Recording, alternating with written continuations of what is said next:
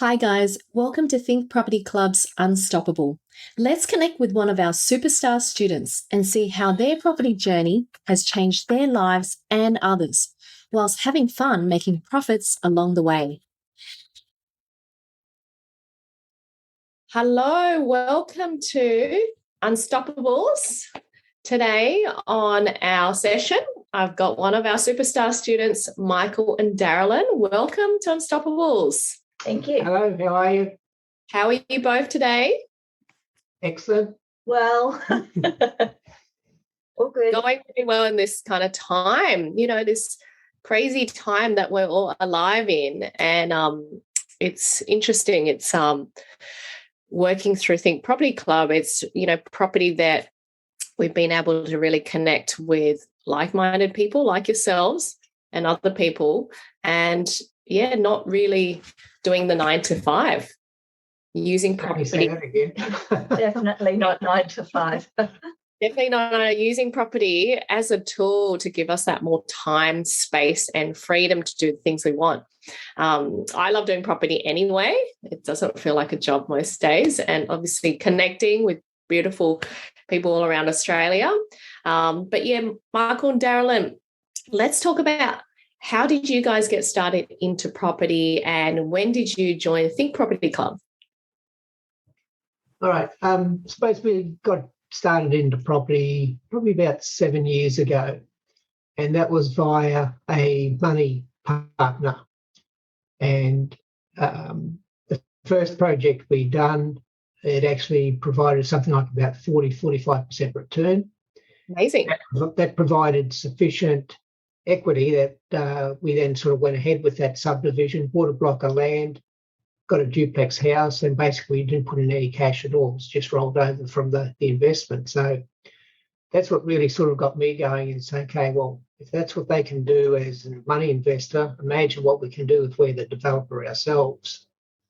So that was a joint venture? It wasn't a joint venture. It was sort of like a co-op where a number of people could sort of put their money down. We're by far the major investor in the first one because that's really, like I say, the returns of that was phenomenal over a short period of time. Yeah, right. So that's really what got me going, okay, we need to get into property development. But at that point in time, we had our own business, which is where we sort of generated our wealth from. And that's a 24/7 business. So we had to sort of get to a point in time of our life of saying, okay, let's sell the business and then we can focus on property. And that's where we then came across Think Property Club. We went to the PDS course and we done that sort of before we sold the business. As soon as we knew the business was for sale, then we opted for the next level course. Yep. So were you working crazy hours in your own business? Oh, yes. Yeah. Yeah, you get a call at 1 o'clock in the morning and you're sort of in the van. You've got a major flood somewhere or another in Gold Coast, Sunshine Coast, Brisbane. How many hours do you think that was? Lots. 60 or 70 hours a week. Yeah. Oh, my goodness. Then you had your own business. You had to run the financials, weekly payroll, things like that, end of year account. So how did you find the time to do other things running your own business then? Well, you didn't. You basically had business, and when you had time off, it was just with the family. That was essentially life. Very limited time. And did you do that for many years? Can I ask? Years. 12 years. Yes. Wow. Yeah. And, doing that 12 years, 70 hours a week, did that build you massive wealth that you could go, all right? Yeah.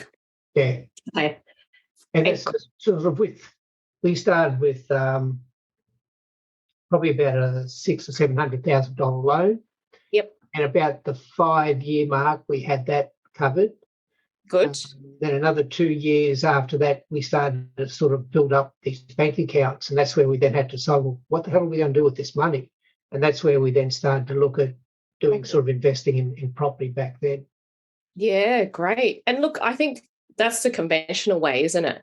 You learn a skill and then you work, build a business into it, and then you use that money to build the wealth. Yes. That takes time and years and knowledge to do that. Obviously, you got into Think Property Club and learned more about property, fast tracking it. You did the Think Property course. You saw people making six-figure profits. Yes. What were you thinking? Is that what you wanted to do as well? Yeah, it's like the PDS course was really good because it gave you the whole suite of different options of what you could do, how you could do it. And I suppose that really opened my eyes up to, okay, I need to take the punt to the next level. And like I say, once our personal circumstances were right with our own business, that's when we sort of took the leap of faith and joined. Yeah, and I never looked back. I remember, and we see people come in from all different industries and previous careers, and I said, Michael and Darrylyn, yep, Michael's very detailed, right into the course of every step, because we provide that every step system so you can copy exactly what Jason and I did. Right, yes. And within a short period of time, all of a sudden you got into a deal. Tell us what that deal was. The deal came from left field. We were looking in one direction and this other property popped up, and it became from an old house to a grand house. Wow, I like that, old house to grand house. Yeah. So just building one house. One house. Yeah, one luxury build. And the thing that caught my eye with this property, I cannot remember whether it's your course or someone had sort of said to me, is if you ever find a situation where a house has been sold by, deceased estate, the other item was must sell at the auction, and the third item was it had the real estate and he was from the Gold Coast, not even in the Brisbane area. And those three things just waved the red flag that, okay, we need to go along and we'll just see what happens. And we end up buying this old house on this block of land in prestige suburb of Brisbane for a very good bargain price. Yeah. Amazing. So you were able to get that property, and what made you pick that ugly duckling? Like, did you do your research into it? Did you do your due diligence, tick all the boxes? All of that, but it was in a prestige suburb. Well, part of a suburb. Yeah. And it was the area itself, the house didn't suit. It was an old house and the area needed to be upgraded. It's the worst house in in the worst house in the street. I love that. I love that saying because it's so true. It's so true, and you can pick it from miles away. And I love that you both into this course said, okay, this is the deal we're going to do. Because a lot of people think, oh, you've got to do 20, you've got to do multiples, you've got to do, subdivision to make big profits, right? Yeah. So I really want to delve into this deal that you're doing from old to grand, like you said, Darrylyn, and how that increased the profits so much from that one deal. So how long did that take, deal? Let's look at time frame. From woe to go, it was about 20 months. We had a bit of a slow start getting the right builder on board, but we got there. Yep, that's good. 20 months. And with that particular one, you had like a good team, good A-team specialists to help you along the way. Yeah, we didn't need to do any subdivision, but obviously from the surveyor, the soil testing, we had to get various things moved with water meters and things like that. But yeah, the teamwork, trees, street tree had to be removed. That was a fun task, and one I've certainly learned from. And is there any particular story of a challenge that you can tell us that you worked through and thought, oh, this is a bit of a pickle, and you go through it? Our neighbour. Well, we had to build on the boundary of one neighbouring property, so we had to get their consent. So I'll let Darrylyn then go through the story of getting that consent. We did follow-up letters to let all the neighbours know what we were doing. We asked consent of the neighbour on our right-hand side, left-hand side if you're looking out. She procrastinated. She brought her daughter along who was a architect. So they needed the design of the house. They needed how the layout was going to be. They wanted every piece of information we had to give them. And it had to be on A3 size. Had to be A3, not A4. We followed all the rules. They finally got a meeting in person, everything to make this lady happy. Eventually she agreed to a degree and then sold her house before giving consent. Sold her house, moved on, and before giving consent. Her house went to auction, and on the auction day we approached the new buyer and he almost signed it on the spot, said, yeah, no worries, go for it. So you didn't even need to get the old owner to sign after she put you through the rigorous process. Absolutely not. Of interviews, meetings, documentation. She didn't sign it. No, but the new owner after auction signed it almost immediately the next day. Was sent back to us. You must look at that and go, what was that reason? Why did that happen? It was very strange, and it was certainly a learning curve. Oh, that's a massive lesson. And we've had our fair share of neighbours that we have to really please and get along with, because when you're building, you are affecting the three neighbours or people around you, and you have to do your best to, treat them well. And we always send love to them. Yes. A lot of the reason they're angry is like they're fearful of what you're going to do to their property. And it's funny, we've had a lot of our neighbours who also decide they're going to sell after we develop, and then their property prices increase as well. That's right. Yeah. We even put that forward to her, saying this will increase the neighbourhood, this will do that, this will do that. Yeah. Yes. But she ended up selling before we even started the house. And obviously part of that consent was then to demolish the fence and erect a new fence. So until we got her consent, we really couldn't move forward with the demolition of the house. So that's one reason why the initial start of it dragged out long. She didn't like the idea of upgrading her fence for some reason. Even though, did you offer to pay for it too? Yep. Oh, yeah, we're going to pay for it. Then for some reason, she got her own surveyor out just to sort of pin where the two corners were. I said, we're going to do that, but it's okay. You can do it if you like. It was the same? Oh, yes, the same. Yeah. Same spot. Well, she'd moved on by then, but it was the same spot. Yes. Yeah. It's very strange. Yeah. Well, I think that will really help you carry forward to your next deal, knowing exactly what to provide the neighbours if you have the same situation again. You've got the A3 documentation. Absolutely. Step by step, what we're doing, who we are. Yeah, the other neighbours on the back and on the other side, show them the plans yet. Where do I sign? No dramas at all. It's just one neighbour for some reason wanted to procrastinate and drag the whole process out. I love that. I love that. That was our slow start. Yeah.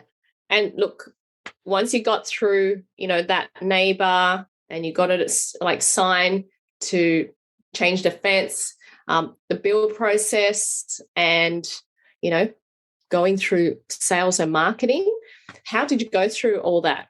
Was it pretty easy? Did you follow the system? Was it all about managing that A team? Yeah, well, once we basically got the lot prepared in the sense of having it cut, retaining walls up, the external fence was on, we had to put storm water in, which was fine. We had a water meter we had to reposition because that was in the wrong position. From that point onwards, really the builder was the main driver with their own project manager on site, basically day in, day out. From a sales perspective, we certainly obtained your advice on some various people for staging, and we sort of eventually selected. Sorry. Let's go back to staging, which is styling property before selling. And Darrylyn, I know you love design part of it, and you had a big input. Yes.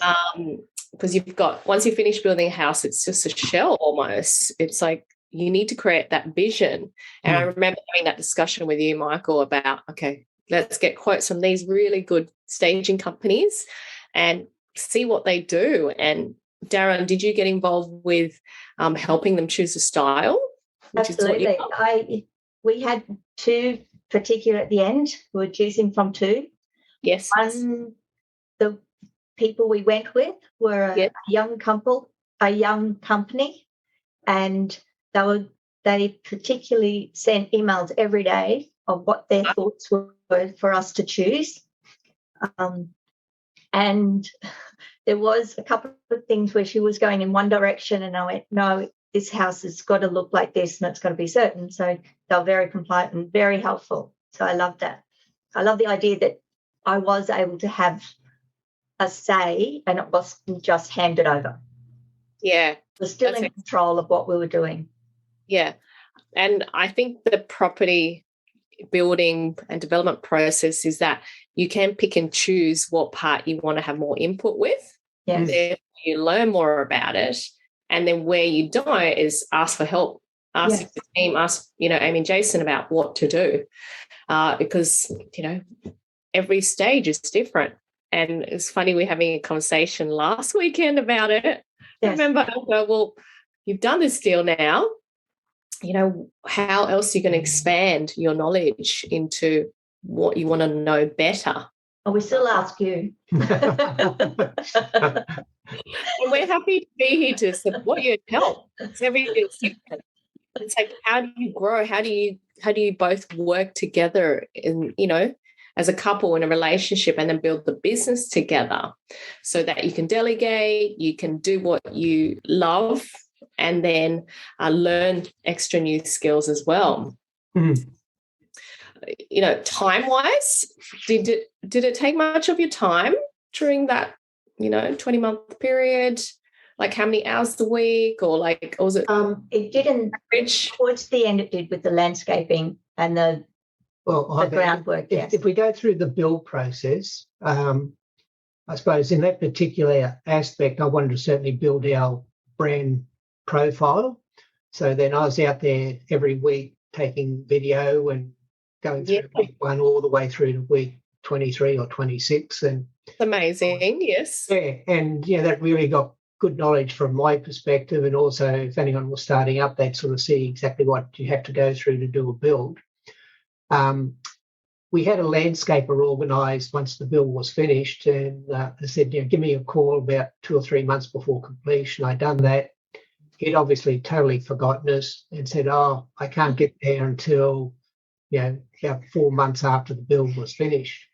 So cut a long story short, we had to do the landscaping ourselves, and quite a few hours to do, I can tell you. Because you're not professional landscapers. Absolutely not.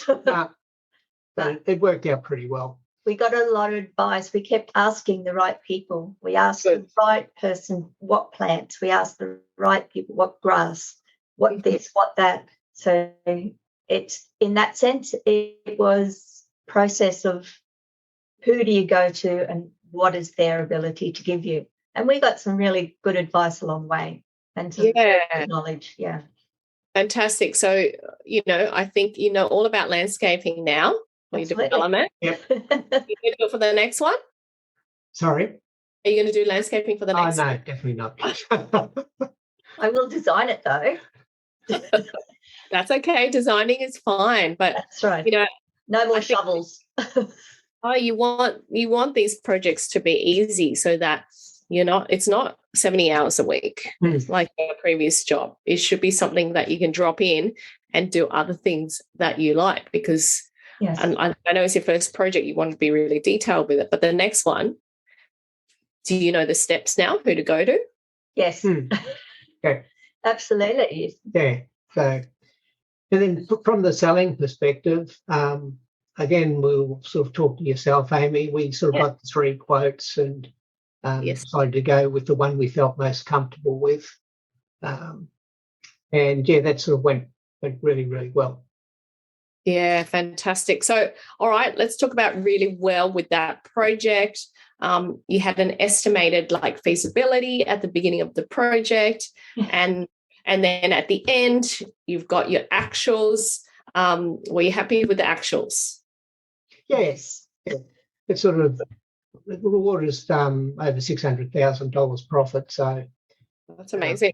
yeah, but that a lot of that is, I suppose, in a sense, good luck. We bought the land at the right time. We got the build just as the costs were increasing, and by the time we had the build, the market had also increased as well. So you just had to storm to have a really good. Yeah. That's the perfect trifecta, really. And to make 600,000, and that wasn't a full-time job, where else can you make that sort of profit? That's amazing. In the one small deal. Imagine if you had a few of those going at the one time. And yes. Do you think you can do multiples at one time after doing that one deal? Oh yeah, well, quite comfortably you could do 2. You may be a little bit pushed to do 3, but certainly 2 you'd have no problems doing. Well, amazing. To let go of all the details.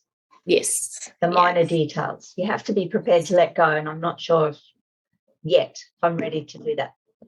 Yeah, and it's about doing the bits you like and delegating the bits that you don't like, which is what I love about property, because you can always get the architect or town planners to take over certain parts, or hire, the designer to do extra parts, and you do the lovely fun stuff. Yes. Of all the design elements and colours.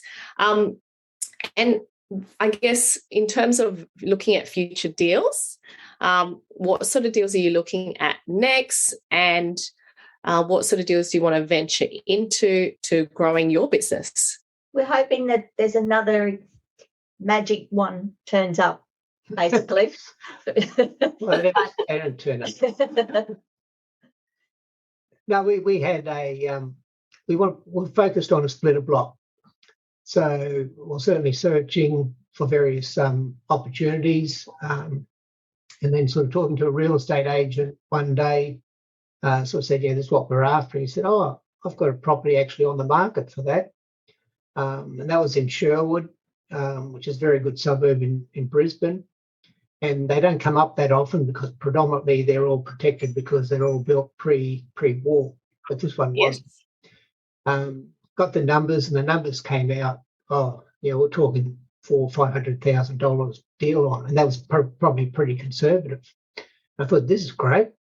Looked at the plans from Darrylyn Dig and noticed it's got no stormwater. So I had to get the consent of the property behind us, but unfortunately, for whatever reason, they didn't give their consent. We had to walk away from the deal. So that was a bit of a downer. Couldn't convince them. Yeah, it's just the way it goes, unfortunately. Yeah, interesting. Yeah, so we then done a couple of FISOs in other parts of Brisbane and just sort of realised these numbers just aren't coming out right. So with the property market, with the land price has been so high, the build costs are so high, we're going to sort of change tack a little bit. We've done a sort of a webinar with our town planner who does various different subjects throughout the year. And he done his FISO on subdivision. And these were real deals. And that sort of got me thinking, okay, well, we might just focus on subdivisions, just buying a lot, cutting it in one into 2 predominantly, and then sell the land and move on. But at the same time, we're very interested in getting our portfolio up and running with rooming houses.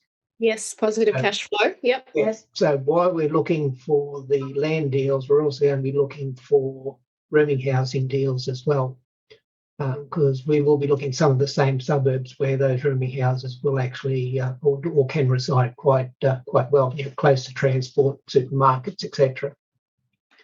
So that's our plans we've got set, and we're just getting our finances all sorted now. So we've got the serviceability and the options in to move forward. So once a deal comes along, we can jump on it straight away. Oh, I love it. You have a whole strategy in place, and just listening to you both speak, there's just so much knowledge there. Did you have that knowledge 7 years ago? Absolutely not. I I've had the financial knowledge, Yeah, Yes. financial background. I've got accounts Yes. degree, Yes. marketing degree, and Yes. I've got all that part of it. But when it came to property knowledge, what I've sort of said then, I would have had no idea what the hell you were talking about 7 years ago. Oh, it's amazing. It's like you've got the full strategy in place. You're maneuvering with the market as it changes. And we talked about this. Property cycle will continue to change. And as a good investor, you've got to know when to get in and get out. And it sounds like you both are really conscious and aware and watching the market and go, well, we can't do that sort of deal because the bill price has gone up. So we've got to do this sort of deal.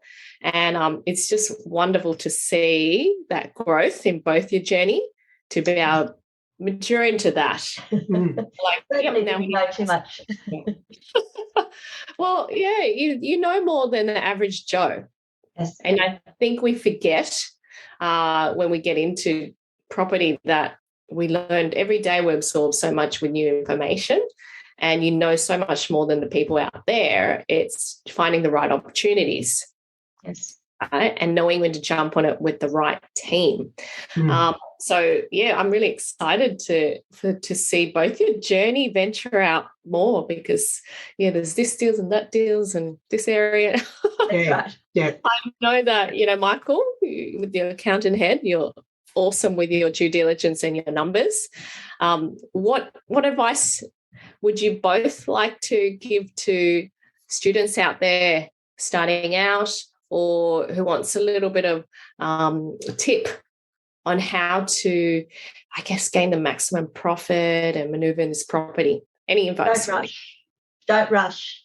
Take the time to do the background work before you start, to know what you're doing first. Understand what you're doing first.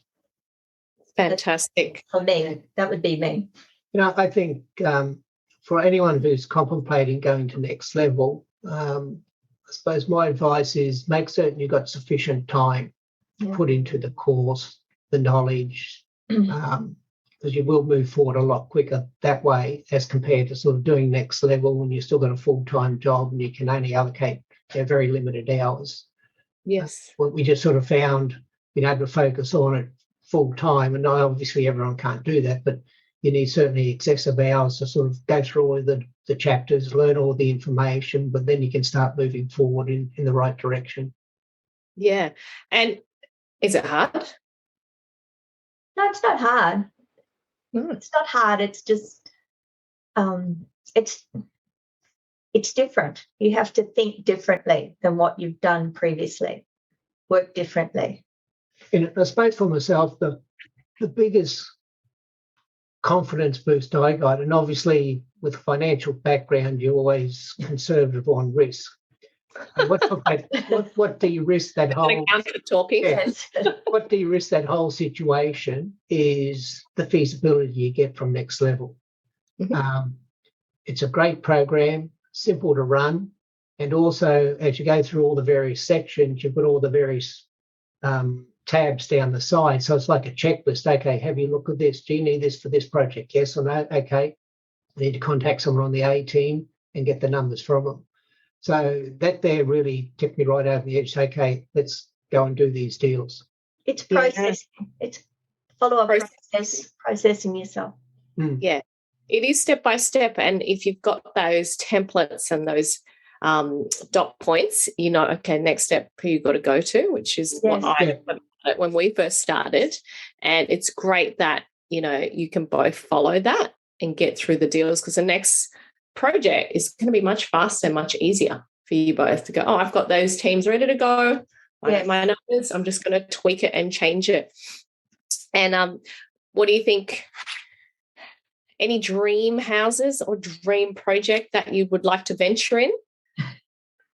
You go first. Darrylyn's been thinking about one. There's a house on the Gold Coast that I'd like to knock down and rebuild for myself, but I don't think I'll ever get it. Right. You never know. You never know. It's out there. Sounds amazing. And is it one house? It is at the moment, yes. And it's, yes. But it's I think it's very secured from ever being up for sale. Well, it could be there, could be somewhere else close That's right. to there. That's right. Yeah. Absolutely. And Michael? Yeah, space for me is we know where we want to live. We've still got probably a 5-year position of where we're presently residing. That's where we're going to stay. But obviously, we always want a house or an apartment where you can hear the surf, see the sand, see the beach. So we know the location. But as far as a project's concerned, at a point in time, I'd certainly like to do like a small subdivision, 6 to 10 lots, and have the knowledge and capability of doing that. So, Beautiful. yeah, but like I say, we're talking to a few people who's experienced in that area, and if they need a money partner and I can learn from it, then I'll certainly jump in on it. Amazing. Well, I think you should put all those onto that vision board on your fridge in your office, because the power of that manifestation, you look back in 5 years' time and be like, oh, tick, tick, tick, tick, tick, tick, tick. And I encourage everybody to do that, because do one for 5 years, do one for 10 years, and don't hold back. Put that dream house there, because if you look at it every day, you're just going to draw it in, whether it's that one or as close as possible. Yes. Right? See? Possible. Yeah. I remember when we used to do deals and we'd put when we're like at the beginning stage, we'd put what we visualize at the end to be the profit. Mm-hmm. And Jason would come along and say, no, it's not 300,000 profit. That's too realistic. He's like, put 500,000. I did the numbers. I don't think it's possible. Anyway, with that one project, we end up getting like 450,000. Good. And I was like, hang on, that really worked. We've got the calculated risks, the FISO, but you just never know with the market and the changes with it. Just like that one deal where you made over 600,000, and that wasn't, what your initial plans were. So it's amazing to see how property can change our lives. Next year we next